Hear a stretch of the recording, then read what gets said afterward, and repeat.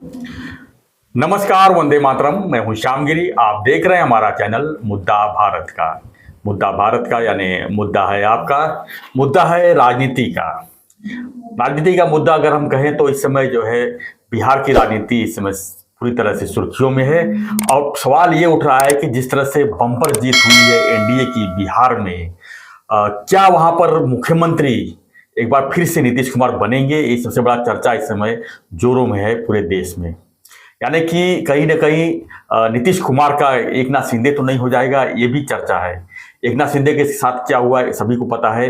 मुख्यमंत्री थे, उनके नेतृत्व में जो है चुनाव हुआ महाराष्ट्र में, और जब बीजेपी 130 से भी ज़्यादा सीट जीत के आई, हालांकि जादुई आंकड़ा 145 चाहिए था, 130 सीट के ऊपर जब जीत हुई, क्या 132 सीटें जीती, तो उन्होंने सीधा सीधा देवेंद्र फडणवीस को मुख्यमंत्री बना दिया। इसको लेकर एकनाथ शिंदे जी काफ़ी नाराज भी हुए और उनको आज तक खामियाजा भुगतना पड़ रहा है उस नाराजगी का, कि आप जो है जब आपको मुख्यमंत्री देना था, जब दिया गया, उसके बाद दोबारा जब आप जिद करने लगे, उसको जो है अब वरिष्ठ जो है जो बीजेपी के हैं वो नाराज हो गए हैं। तो क्या ये स्थिति बिहार में बन रही है? क्या नीतीश कुमार जी फिर से मुख्यमंत्री बनेंगे? इसके ऊपर चर्चा सब जगह चालू हुई है। मीडिया भी अब जो है बीजेपी के वरिष्ठ नेताओं से सवाल पूछ रही है, क्या नीतीश जी ही मुख्यमंत्री बनेंगे? लेकिन उसमें अभी तक साफ जो है कोई कह नहीं पा रहा है कि सही में क्या नीतीश कुमार ही बिहार के मुख्यमंत्री होंगे, क्योंकि बीजेपी अब चाहती है कि बिहार में एक चेहरा उनका मुख्यमंत्री का बनाया जाए, जिससे उसके नेतृत्व खड़ा हो सके, क्योंकि भविष्य में बीजेपी एक तरफा वहां पर अपनी सत्ता तो जरूर चाहेगी, जिस तरह से रिजल्ट वहां पे आए हुए हैं। यानी बीजेपी की पॉपुलरिटी का फायदा क्या नीतीश कुमार को मिला है, या नीतीश कुमार का पॉपुलरिटी का फायदा बीजेपी को मिला है? अब इस पर बहस शुरू हो गई है और जरूरी भी है। इसी विषय पर हम चर्चा करने के लिए हमारे स्टूडियो में है वरिष्ठ पत्रकार नवभारत के सूर्य प्रकाश मिश्रा जी। हम इसे जानने की कोशिश करेंगे, क्या नीतीश कुमार का एकनाथ शिंदे होगा, या नीतीश कुमार फिर से जो है 9वीं बार मुख्यमंत्री का शपथ ग्रहण लेंगे? सवाल काफी गंभीर है सर जी। गंभीर तो है ही, हम तो कहेंगे गंभीर है। चर्चा तो बनती है इसके ऊपर। चर्चा क्या लग रहा है? राजनीति में चर्चा, पर्चा, खर्चा यही चलता है। लेकिन आपने बिहार और महाराष्ट्र की बात की। बिहार और महाराष्ट्र में काफ़ी अंतर है। देखिए, इसमें तो कोई संदेह नहीं कि महाराष्ट्र का भी चुनाव मुख्यमंत्री एकनाथ शिंदे जी के नेतृत्व में लड़ा गया। एकनाथ शिंदे जी ने फटाफट बहुत सारे निर्णय भी लिए, महिलाओं को लेकर, किसानों को लेकर। अब ये लाडली बहना, जो लाडकी बहन योजना है, ये भी भले मध्य प्रदेश से ही लाई गई, लेकिन महाराष्ट्र में बहुत तेजी से और ये योजना हिट हुई। उनकी योजनाएं और उनके निर्णय काफी उसका असर शिंदे साहब के नेतृत्व में ही महाराष्ट्र को आज सफलता मिली। बिल्कुल बिल्कुल, उसमें डाउट नहीं है। लेकिन महाराष्ट्र और बिहार, अब बिहार में जो है, बिहार में भी निस्संदेह नीतीश कुमार के चेहरे पर ही और मोदी के चेहरे पर ही चुनाव लड़ा गया। एक तरफ नीतीश का चेहरा था, दूसरी तरफ मोदी का चेहरा।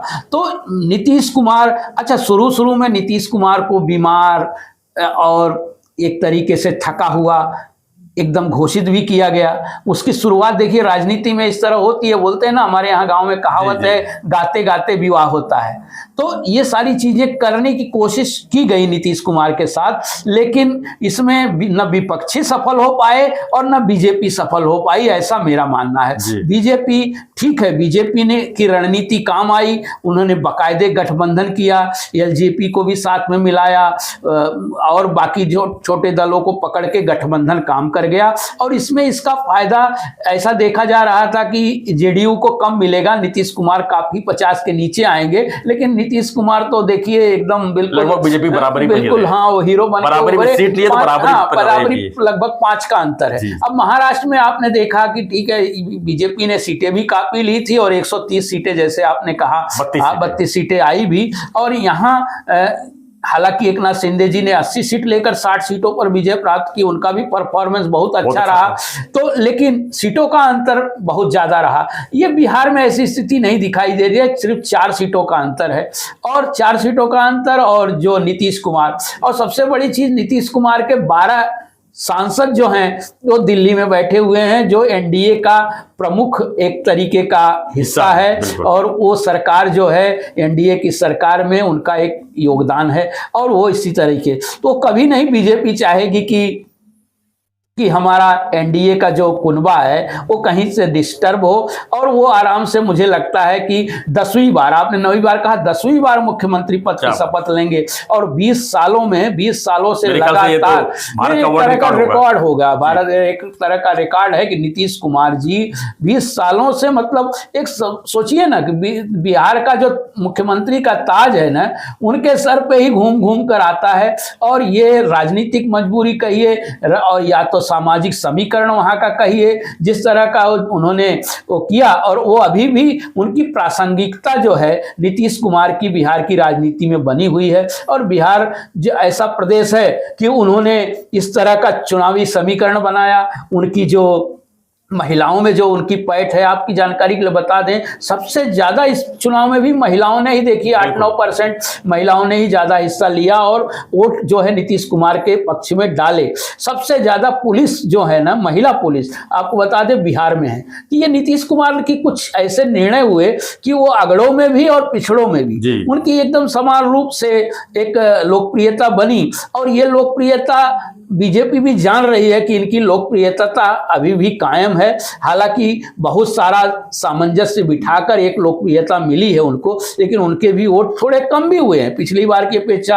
हालांकि 10 से बाद में 20 में उनको वोट थोड़े से और कम हुए थे, तो इसमें 1-2% का उनके में अंतर आया है। लेकिन जहां देखा जा रहा था कि एकदम से नीचे की तरफ जाएंगे और वो ऊपर की तरफ एकदम से उछल के आते हैं, मुझे आपको मैं बता दूं बीजेपी को भी ये लगा नहीं था कि इतनी सीटें जो है जेडीयू को मिलेंगी, एनडीए को भी तो नहीं मिलेंगी, लेकिन जेडीयू को भी 80 से ज्यादा सीटें मिलेंगी, ये बीजेपी को लगा नहीं होगा। निश्चित रूप से मैं बताता हूं, ये तो समीकरणों का खेल है राजनीति। लेकिन आप जहां तक समझ रहा हूं मैं कि इनको नकार के, नीतीश कुमार को तो नकार के नहीं चलेगा। हाँ, ये बीजेपी, इसमें एलजेपी का ये होगा कि उप मुख्यमंत्री पद को लेकर हो सकता है कि रामविलास पासवान के पुत्र जो हैं चिराग पासवान वो मुख्यमंत्री पद पर दावा कर सकते हैं। इसके साथ साथ ये है, सबने अच्छा परफॉर्मेंस किया है एनडीए ने, तो चूंकि एकाक मुख्य हो सकता है 2 या 3 उप मुख्यमंत्री बन जाएं और उनको भी नीतीश कुमार को सहयोग करने के लिए एकाक उप मुख्यमंत्री उनकी ही पार्टी से हो। तो इसमें राजनीति में देखिए वो तो ये है कि अपने कुछ करने के लिए लॉलीपॉप देंगे और उनका एक समन्वय बनाने के लिए इस तरह करेंगे। लेकिन आप सोचिए कि उनको एकदम थका हारा साबित करने की कोशिश की गई, लेकिन उस व्यक्ति ने, मतलब समझ लीजिए 150 से ज्यादा 25 दिन में 180 सभाएं की और उन्होंने अपने आप को साबित किया कि नीतीश कुमार बोले नहीं अभी मैं हूं। कुल मिला के हम कह सकते हैं कि उनका एकनाथ शिंदे नहीं होगा। वो एकनाथ शिंदे तो नहीं होगा ऐसा तो लग रहा है। बिल्कुल आपने जो कहा ना, एकनाथ शिंदे जी का देखिए महत्व जो है यहाँ भी आज भी बना हुआ है पूरी तरह, और उन्होंने अपने पार्टी को, संगठन को और सत्ता को भी, अभी देखिए आने वाले महानगर पालिका, नगर पालिका चुनाव में जिस तरीके से उनकी पार्टी में इनकमिंग हो रही है, लोग आ रहे हैं और पार्टी से उनके कहीं ऐसी कोई समस्या नजर आ नहीं रही है कि पार्टी में बगावत की स्थिति नहीं है, सत्ता और संगठन पे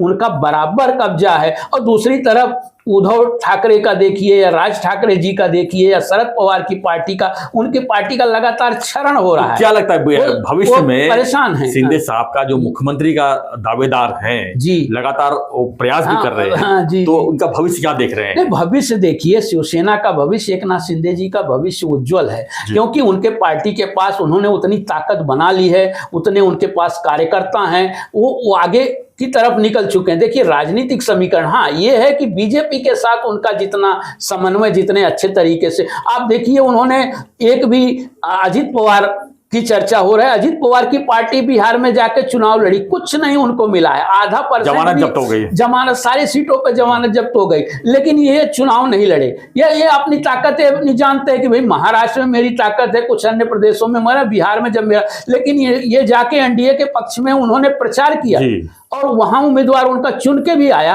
तो ये उन्होंने विश्वास दिखाने की कोशिश की कि भाई मैं एनडीए के साथ हूं। अभी श्रीकांत शिंदे जी ने सीधा बोला कि भाई देखिए ये मोदी के विश्वास की जीत है, एनडीए की जीत है, एनडीए का जिस तरह से विश्वास, एनडीए का मोदी जी में जो विश्वास लोगों का है उसकी जीत है। तो इससे पता चलता है कि ये पूरी तरह देखिए उनके साथ रहकर ही कुछ करना चाहते हैं। बिल्कुल मांग करें, मांग करो, आप जिद भी कर सकते हो, लेकिन आप जिद वहीं तक करोगे कि जहां तक टूटने की स्थिति ना आए। तो इस चीज को एकनाथ शिंदे जी भी जानते हैं कि मेरी कितनी ताकत है और मैं कब कैसे इसको मैं मैनेज कर सकता हूं, या जब वक्त आने पर कितना मुझे आगे बढ़ना है और कितने कदम पीछे लेना है। तो जिस तरह का ये गठबंधन है, वो जब तक मोदी और शाह वहां हैं और एकनाथ शिंदे जी हैं, तो वो उतना समझ रहे होंगे कि भाई राजनीति में कभी भी कुछ भी संभव है। हाँ, ये भी है, लेकिन वो अपनी ताकत और अपनी दूरदर्शी अपना वो जान रहे हैं कि अपनी इतने तक हम बढ़ेंगे तो हम कुछ पाएंगे, तरीके से रहेंगे। तो एनडीए के साथ उनका पैक्ट जो है ना बहुत गहरा है। अब देखिए, कभी कभी चर्चा चलती रहती कि उद्धव को हो सकता है एनडीए का हिस्सा बने। उद्धव की तो अब मजबूरी हो है कि उद्धव अब न इधर के हैं न उधर के हैं। उनके लिए बड़ी तकलीफ ये हो गई है कि मुंबई चुनाव में अगर उद्धव ठाकरे जी गए, हाँ, तो उनको तो न कोई लेगा न तो कोई रखेगा और वो अकेले ही पड़ जाएंगे, ऐसा लग रहा है। उन्होंने जो पिछले समय में जो किया, ये उनकी अपनी गलती का परिणाम है। अपना जो राजनीतिक निर्णय उन्होंने किया, लगातार मोदी जी के ऊपर ब्लेम करते रहे, अमित शाह को गाली देते रहे, और उनका जो संजय राउत जो भोंगा थे वो लगातार मोदी और अमित शाह के ऊपर प्रहार करते रहे। तो राजनीति में ये सब चीजें नहीं चलती। नीतीश कुमार भी एनडीए से अलग हुए थे, लेकिन तेजस्वी यादव साहब सीएम बने थे, लेकिन उन्होंने कभी नीतीश कुमार ने मोदी को कुछ कहा, न तो अमित शाह को गिरा। तो आज उनको जो खोया हुआ था उन्होंने पाया, जितनी तरह, और वो उन्होंने पहचाना। बिल्कुल, नीतीश कुमार ने पहचाना कि भाई देखिए, अब मोदी की लोकप्रियता इतनी है कि मैं उनको लोकप्रियता के ऊपर मैं सवार होकर कुछ आगे कुछ काम कर सकता हूं। अगर नाव डूबी नहीं, आज मैं बता रहा हूं, आज अगर उद्धव जी अगर एनडीए में आते हैं, बीजेपी के साथ में गठबंधन करते हैं, तो यही पब्लिक जो है बीजेपी को ही गाली देगी, उद्धव को कुछ नहीं बोलेगी, लेकिन बीजेपी को ही बोलेगा। ऐसे लोग क्यों लिया? उद्धव की दो ऐसी स्थिति बनी हुई है। उद्धव अपने आप को बाला साहब बनने गए, और बाला साहब थे। देखिए, राजनीति अपनी वक्त का और एक मजबूरी का भी एक नाम होता है। बोलिए कि अब वो देखिए, वक्त पर अगर सही निर्णय आप नहीं लेते तो वक्त आपके साथ फिर बेवफाई करता है और फिर आप नहीं चलते। और उन्होंने वक्त पर जो है ना सही निर्णय लिया नहीं, और उन्होंने इस तरह की, मतलब एक तरीके को बोलते हैं ना, झपटने वाली राजनीति नहीं चलेगी वक्त पर। अब वो समय चला गया है, अब पब्लिक भी जान गई है, आप भी जानते हैं कितनी तरीके से। तो केंद्र जितना मजबूत, मोदी और शाह की जो जोड़ी है, या केंद्र एनडीए जितनी मजबूत है, तो वो हर तरीके से चुनाव लड़ते हैं। वो चुनावी गठबंधन करते हैं, जातिगत गठबंधन करते हैं, साधन संसाधन लगाते हैं, 24 घंटे काम करते अपने हैं। बड़े स्टार के टिकट काट देते हैं। सही बात है, थोड़ा सा भी लेफ्ट राइट हुआ तो टिकट काट देते हैं। वही होता है ना। अब चुनाव के दिन आप बाहर निकल, जब चुनाव आया है तब आप मातोश्री से बाहर निकलेंगे, चुनाव आया है तो आप शिव तीर्थ से बाहर निकलेंगे, वहीं बैठे बैठे एक बयान दे देंगे। ऐसे अब नहीं चलेगा। पब्लिक जान गई है केवल कि ये सोशल मीडिया पे अब इलेक्शन लड़ा जाता है, केवल माहौल बनाया जाता है। आप सोचिए, पीके से उनको, प्रशांत किशोर से उनको सीख लेनी चाहिए, जो 3 साल लगातार बिहार में चला व्यक्ति, और 3 सालों तक उन्होंने करोड़ों रुपए खर्च भी किए लोगों से। नहीं सर, 3 से 3.5% वोट मिला है, ऐसा नहीं, मेरी जानकारी में 1% मिला है। तो ये वोटों का भाई हो सकता है जो भी है, इसके बावजूद भी जनता ने नकार दिया है। तो आप को टच होना पड़ेगा, आपको समीकरण बनाने पड़ेंगे। अब चुनाव समीकरणों से लड़ा जाएगा, अकेले आपको नहीं लड़ा। बोलते हैं ना, मुंडे मतर भिन्ना, अलग अलग लोग के मत अलग अलग हो गए हैं, एक ही परिवार के मत अलग अलग हो गए। उसमें भी आपको उस परिवार में घुसकर देखना पड़ेगा कि भाई पति का मत क्या है, पत्नी का मत क्या है, और परिवार का मत क्या है। तो ये सारी चीजें, उसमें समय खर्च करना पड़ेगा, आपको पैसे खर्च करने पड़ेंगे, साधन लगाने पड़ेंगे। संसाधन आपके पास होंगे तो आप सफल होंगे। तो ये स्थिति बनी है। और जहां तक आपने कहा कि अब एकनाथ शिंदे जी अगर नीतीश कुमार के साथ, तो मुझे नहीं लगता कि ऐसा कुछ होगा। नीतीश कुमार मुख्यमंत्री पद की शपथ तो लेंगे, और वो अपनी इच्छा पे बाद में वो 2-4 साल बाद जब भी अपना पद छोड़ना चाहें तो बात अलग है, तो राजनीतिक समीकरण अलग होंगे। इसका मतलब फिलहाल हम आज की बात करते हैं। तो फ्रेंड्स, यही हमारी चर्चा थी, क्या नीतीश कुमार का भी एकनाथ शिंदे जैसे हालत हो जाएगी? लेकिन चर्चा कुछ अलग है। देखा जाए तो बीजेपी जिस तरह से लगातार आगे बढ़ रही है, जिस तरह से सफलताएं मिल रही है, आज हर राजनीतिक दल जो है कहीं ना कहीं बीजेपी के दबाव में तो है ही। वो जो है खुल के कोई सामने नहीं बोल पा रहा है, लेकिन यहाँ बोलने के परिणाम ये होता है कि उससे बोलना भारी पड़ जाता है। तो स्थिति बनी हुई है, इसमें पूरे देश में जो है बीजेपी की लहर तो है ही, मोदी जी की लहर है, अमित शाह का पूरा रणनीति पर जो काम हो रहा है उससे कहीं ना कहीं दूसरे पार्टियों को अब उससे सीखने की ज़रूरत है। अगर विपक्ष को भी खाली चोर चोर बोल के अगर आगे बढ़ना है तो विपक्ष की हालत यही होने वाली है। चोर चोर बोलने से काम नहीं होता है, लोगों के बीच में जाइए, रणनीति पर काम कीजिए, कैंडिडेट पर काम कीजिए, उसके बाद जो है आगे बढ़िए। तो हमारा चर्चा यही था कि क्या बिहार में जो नीतीश कुमार का मुख्यमंत्री बनने का जो चल रहा है चर्चा, क्या सही में उनका नीतीश कुमार को सीएम का पद मिलेगा, यही हमारा चर्चा था। फ्रेंड्स, आप क्या सोचते हैं इस पर हमें कमेंट बॉक्स जरूर लिखिए और बने रहिए ऐसी खबरों के लिए, देखते रहिए हमारा चैनल मुद्दा भारत का। आपके पास कोई मुद्दाएं होंगी तो हमें जरूर कमेंट बॉक्स में लिखिए और बने रहिए, देखते रहिए चैनल को सब्सक्राइब और लाइक शेयर जरूर कीजिए।